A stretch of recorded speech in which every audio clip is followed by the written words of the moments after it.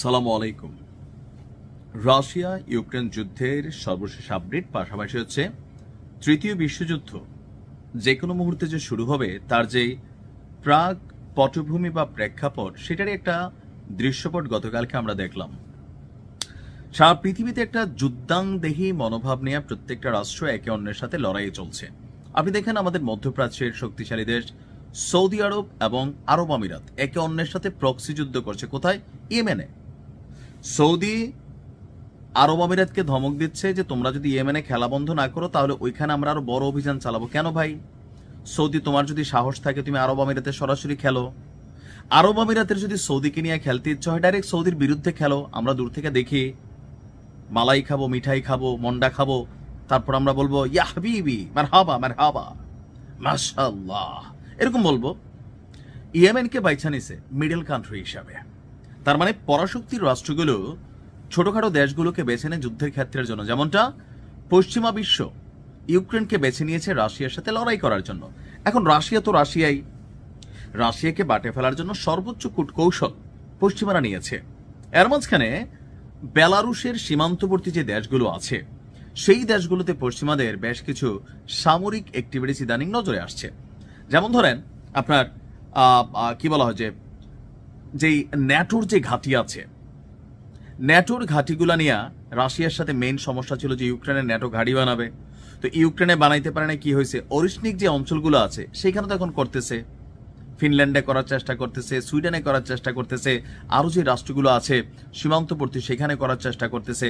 আর এই সকল কিছু দেখে পুতিনের বাসভবনে হামলা হয়েছে, রাশিয়ার ভিতরে অভিযান চলতেছে। আর এই সকল কিছুর কারণে গতকালকে এক বিরল দৃশ্য আমরা দেখলাম যে ভ্লাদিমির পুতিন বেলারুশে ব্যালিস্টিক মিসাইল মোতায়েন করেছে। এখন বেলারুশ কি? পুতিন কাকুর পার্ট 2 বা কপি ভার্সন ধরতে পারেন। এই রাষ্ট্রটাকে পুতিন কন্ট্রোল করে এবং কি এটার সার্বভৌমত্বের যে নিরাপত্তা এটা পুতিনই দেয়। এখন বেলারুশের জন্য আশেপাশের যে অরিশনিক অঞ্চলের রাষ্ট্রগুলো একটা হুমকি, বা সেখানে ন্যাটোর সেটআপ, এই সেটআপকে পাল্টা সেটআপ হিসাবে রাশিয়া সেখানে তাদের পারমাণবিক সক্ষমতা সম্পন্ন যে ব্যালিস্টিক মিসাইলগুলো আছে সেগুলো কালকে মোতায়েন করেছে। আর রাশিয়ার প্রতিরক্ষা মন্ত্রণালয় তারা এই তথ্য দিয়ে বলছে, একটা ভিডিও প্রকাশ করেছে। বিশেষ এক অনুষ্ঠানের অংশ হিসাবে সেনা কর্মকর্তারা জাতীয় পতাকা উত্তোলন করছেন। এর পাশাপাশি আপনার এই বেলারুশে ব্যালিস্টিক মিসাইল পরিবহনের ভিডিও প্রকাশ করেছে রুশ প্রতিরক্ষা মন্ত্রণালয়। নববর্ষে দেওয়া ভাষণে পুতিন কাকু বলছে ইউক্রেনের বিরুদ্ধে চলমান যুদ্ধে রাশিয়া জয়ী হবে। অন্যদিকে পশ্চিমারা যদি কোনো রকম অ্যাক্টিভিটিস রাশিয়া এবং তার মিত্রদের বিরুদ্ধে নিতে চায় তাহলে তৃতীয় বিশ্বযুদ্ধ নির্ঘাত হবে। আর সেই যুদ্ধেও রাশিয়া এবং তাদের মিত্ররা বিজয়ী হবে। তবে রাশিয়া শান্তিতে বিশ্বাসী।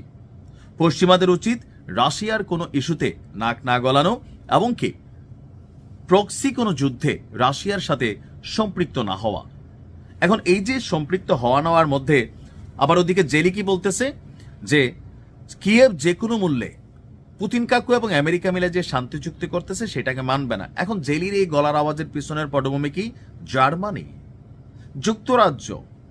ট্রাম্প কোন রকমে চাইতেছে পুতিনের সাথে সম্পর্ক ভালো খারাপ যাই হোক, মানে যুদ্ধটাকে একটা এন্ডিং পয়েন্টে নিতে। কোথাও না কোথাও আমি জানি না ওই জেলির থেকে তাদের যে বিরল খনিজ পদার্থ আছে সেগুলো নেওয়ার একটা চুক্তি আছে, অনেকখানি জায়গা ছেড়া দিতে হবে। কিন্তু ইউরোপীয় ইউনিয়ন বা অন্যরা কিন্তু জেলিরে গুতাচ্ছে, না না না না তুমি রাজি হইও না, রাজি হলে তো সব হারাই ফেলবা।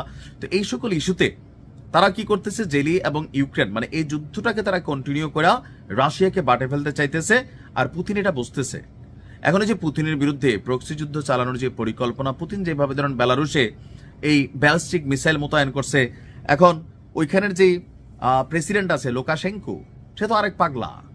যদি দুই একটা স্যারেটারে দেয় পরিস্থিতি কোন দিকে যাবে?